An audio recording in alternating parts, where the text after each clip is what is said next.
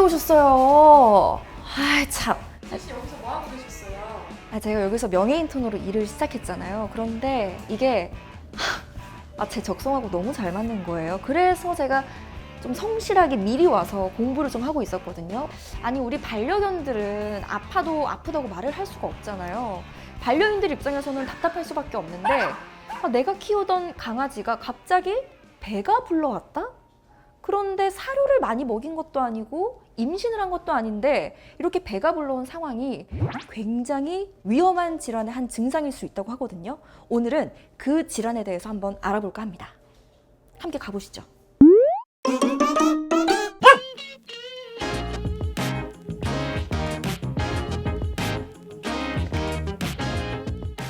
저를 고용해 주신 분이시라고요? 네, 이력서도 봤습니다. 네. 인턴으로 이제 제가 취직을 했는데 네. 제가 요 반려견법 수첩을 이제 제가 열심히 공부해서 채우고 있거든요. 네. 약간 못 믿어하는 표정이신데. 저도 코카스파니엘을 키우거든요. 네. 근데 얘네가 먹성이 되게 좋잖아요. 네. 하루는 배가 엄청 불러 있길래 네. 사료를 좀 많이 먹었나 보다 네. 했는데 네. 평소에 배가 빵빵하게 불러있는 모습을 그냥 넘기면 안 된다고 하더라고요. 그런 것들은 원인이 굉장히 다양해요. 당연히 살이 많이 쪄서 비만 때문일 수도 있지만, 그쵸? 배 안에 이제 복수가 물이 차서 그럴 수도 있는 부분이 있고, 간이나 비장 같은 그런 내부 장기에 종양이 생겼거나, 아니면 위나 장이 꼬여서 가스가 찼거나 그런 다양한 원인이 다 가능하기 때문에 갑자기 생기거나 아니면 그게 좀 오래 지속이 될 경우에는 병원에서 진료를 받아보시는 게 좋을 것 같습니다. 근데 이 여러 가지 이유로 배가 부를 수 있다고 말씀을 하셨잖아요. 네. 그 중에서도 쿠싱 증후군을 의심해 볼 수 있다라고 네. 했던데 제가 공부를 좀 열심히 해왔죠? 네.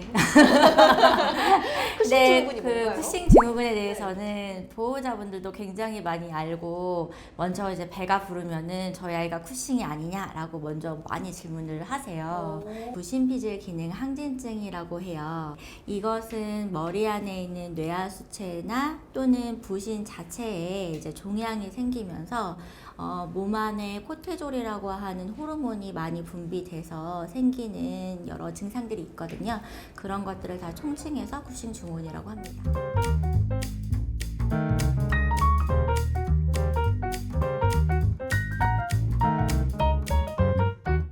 그러면 쿠싱 증후군이라 함은 어떤 증상을 보이면 쿠싱 증후군이다 이렇게 생각할 수 있는 거예요? 쿠싱 증후군은 증상이 이제 대표적으로 많이 있는데 물을 많이 먹고 그러니까 소변을 많이 보고 또 엄청 많이 먹으려고 하고요. 그래서 계속 밥을 달라고 하거나 또는 팩만 같은 것들이 있을 수가 있고 그리고 덥지 않은데 계속 이제 헥헥거리는 호흡이 좀 많이 이제 가빠지는 그런 증상들 보일 수가 있고 또 대칭성으로 이제 탈모라든지 피부에 자꾸 염증이 생겨서 피부병 때문에 병원에 가시는 경우도 있습니다.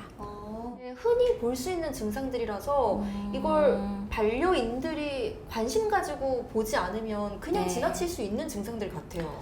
정확하게 쿠싱 증후군이다 라고 진단을 하기 위해서는 어떤 검사가 이루어지나요? 일단은 그 진단에 있어서 가장 중요한 거는 사실 임상 증상이에요. 임상 증상. 네.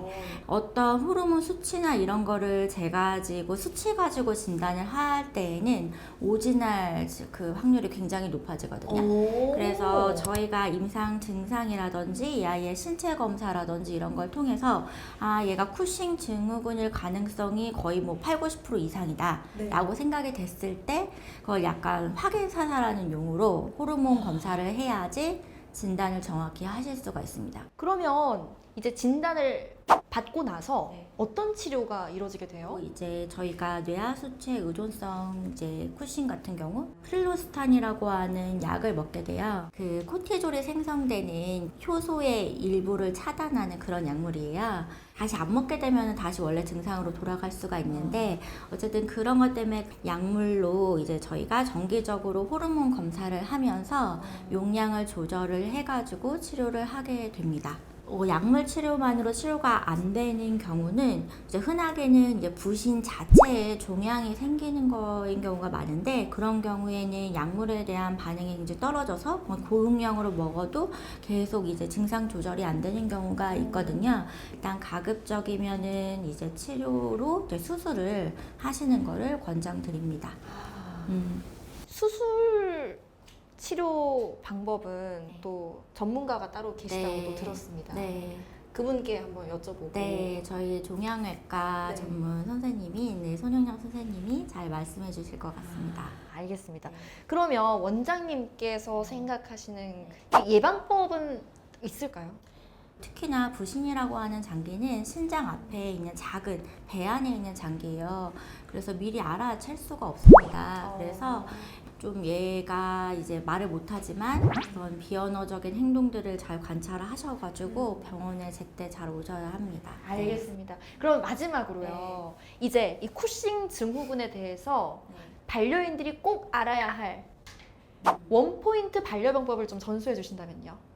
일단 뭐 물을 많이 먹고 소변을 많이 보고 이런 좀 뭐 지나칠 수 있는 그런 증상이지만, 어쨌든 이 아이가 평소와 달리 그런 부분들이 좀 병적으로 보인다면 보호자분이 이제 빨리 캐치하셔가지고 병원에서 진료를 꼭 받아보셔야 되는 그러한 질환입니다. 오늘 이제 원장님과 네. 함께 이 쿠싱 증후군에 네. 대해서 알아봤는데 네. 제가 그동안 참 많이 무지했구나. 네.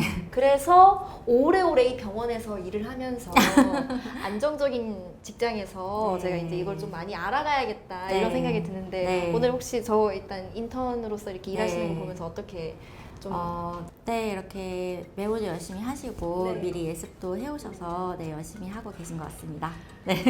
너무 영혼이 없으신 거 아니에요?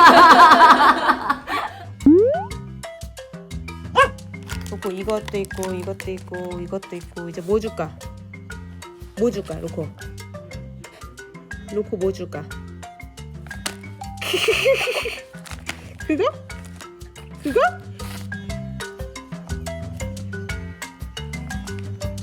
그거 줄까?